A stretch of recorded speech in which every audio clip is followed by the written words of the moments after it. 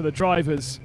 This stage was going to be one of the toughest of the rally, and to make things even trickier, the cars and trucks would be mixed together.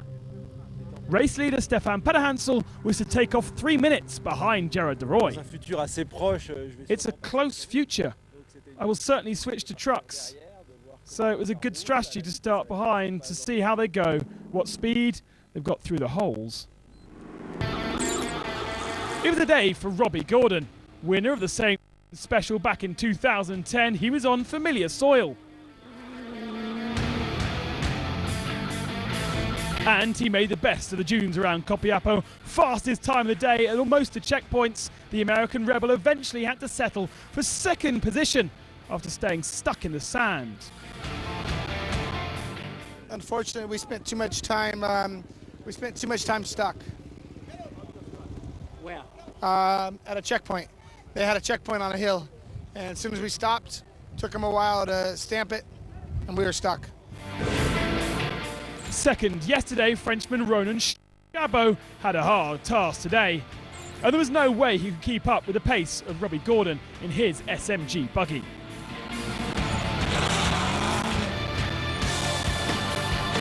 It's been a fantastic Dakar so far for SMG, with 3 buggies inside the top 10.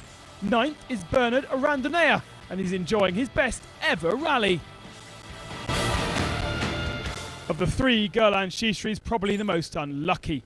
He suffered another mechanical upset, transmission problems at kilometre 120.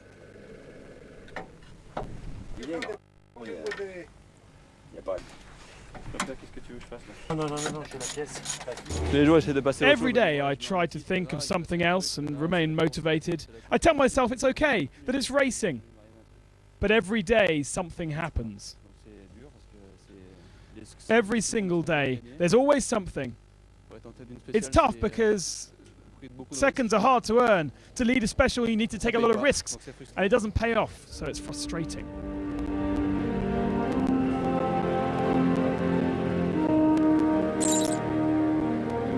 Lucio Alvarez continued his fight to move up the standings. Third overall after 3 days, the Argentine has since suffered all sorts of problems. But today, he managed a good 5th spot. A late starter, Nani Roma was impressive today. He managed to make the difference in the last few kilometres and eventually, thanks to Gordon's delays, beat him by over 4 minutes to take the stage victory. Coming, Nani. There you go, top. He finished with a flat tyre.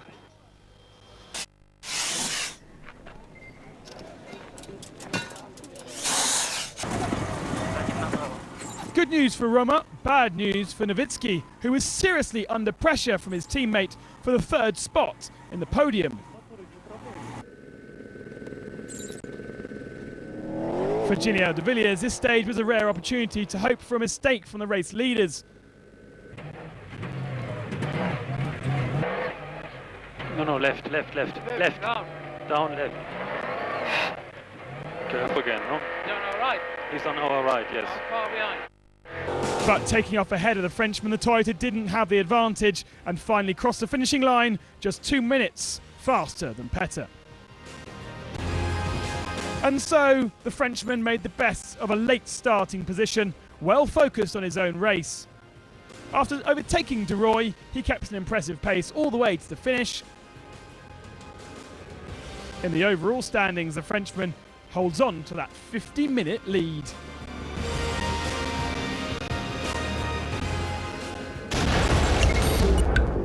So the stage results then: Roma 4 minutes and 18 ahead of Gordon. De Villiers is just a couple of seconds back. Pederhansel losing 6 to Roma, not a big problem. And then Terranova in 5th spot. Overall, Pederhansel holds on to that 50-minute advantage. Roma now moves ahead of Nowitzki in 4th. Terranova 2 hours back in 5th.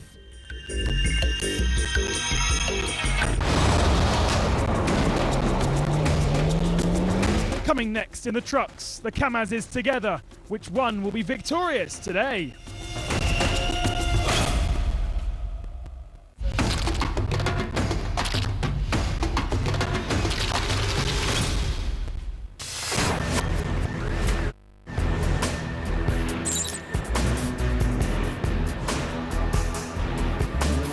After a first taste of the Dakar last year, prestigious ski jumping champion Adam Mawish has joined title contender Giniel de Villiers. Their team, the impressive Overdrive team, and they have entered this Dakar with 7 Toyota Hiluxes. As the race goes on, and after his different experiences, we see that he's more and more consistent and adapted to the car. Now, he did get stuck a few times at the beginning in the dunes of Peru. He made a few small mistakes here and there. I hope the end of the second week is going to be cleaner in the dunes, and it could be a very, very big surprise. And the dunes and sand are coming back in the last part of the rally, but is Adam confident for the stages to come? The Dakar is a mix of everything. We have dunes, we have sand, we have gravel, we have stony surfaces, we've got fesh. We have to be ready for everything. And I think we are ready for everything as much as we can be. Of course, we have had practice on gravel roads in Europe, a little bit of fesh in Morocco, but only a few days in the dunes last year.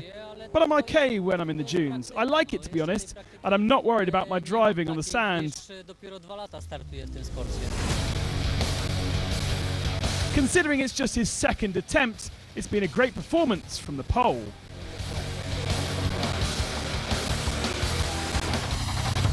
For the moment, it's exactly what we had planned, what we wanted to do.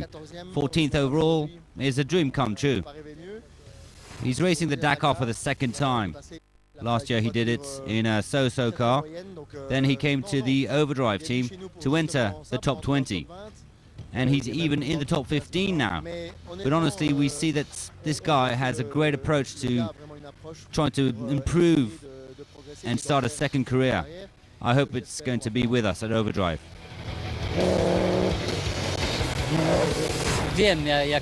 We know our position in the rankings, but we're not focused on it. We look at the stages as they come. We look every day for the day job, and this is an important thing for us, and we're satisfied for the moment. If we do well, we'll be happy.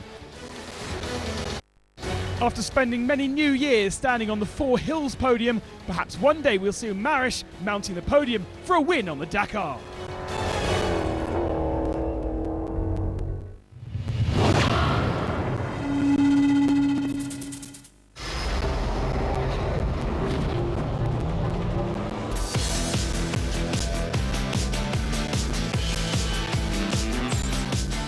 What could have been a good day for Gerard de Roy in his quest to hit back turned sour early on.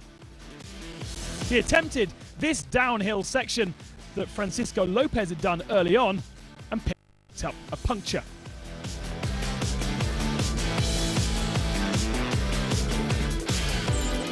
Meanwhile, Alice Lopez in his red Tatra was catching up.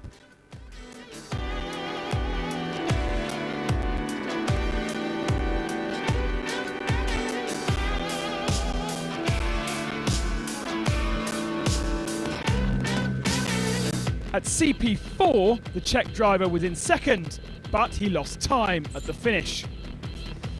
Race leader Eduardo Nikolaev stayed calm and composed. He had indeed just lost 5 minutes on his rivals, but that's not a problem for the Kamaz driver, who started the day with a 35-minute lead over teammate Mardiev. Sixth at the last checkpoint, Bitaver Sluice battled his way through the dunes of Copiapo. He was fast early on and remains well established in the top 10 overall.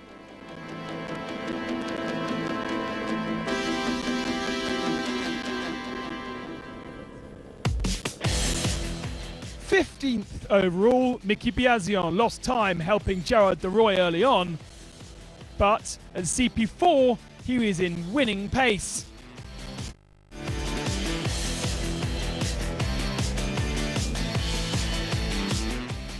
By the end of the stage, however, the Italian lost time and lost out. After losing his second spot overall yesterday, Martin Colomy struggled in the dust of the trucks ahead of him and lost more precious time today.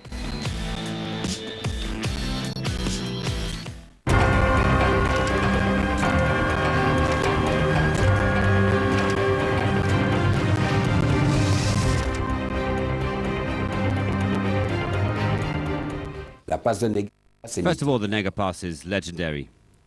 Going down is tough, but going up is a lot more complicated. The Dakar Pass was like a nightmare every year.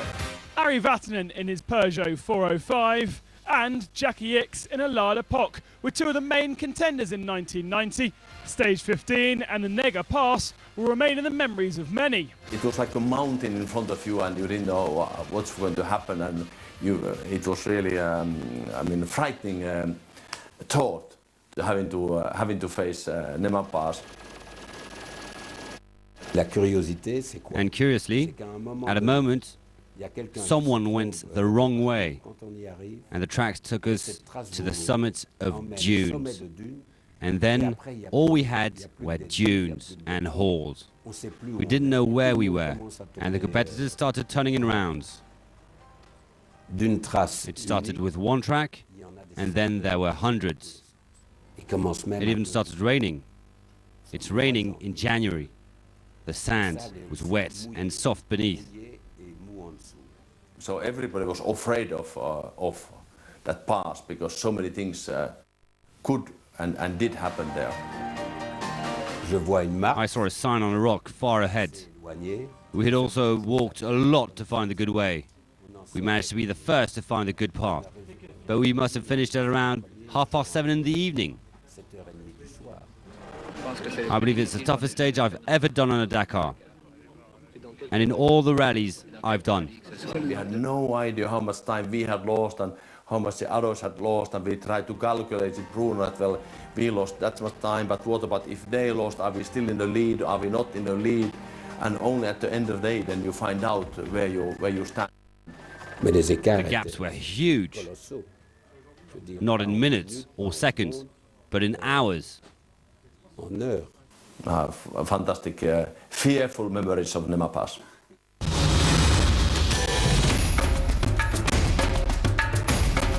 Tomorrow we head to La Serena within sniffing distance of the finish line of Dakar 2013. The KTM clan working together. Will it be Depré first on the podium? Or will Chaleco find 13 minutes to take victory overall? And in the cars, how will Stefan Pederhansel behave in the final 3 days of the rally? All this and more when the Dakar adventure continues.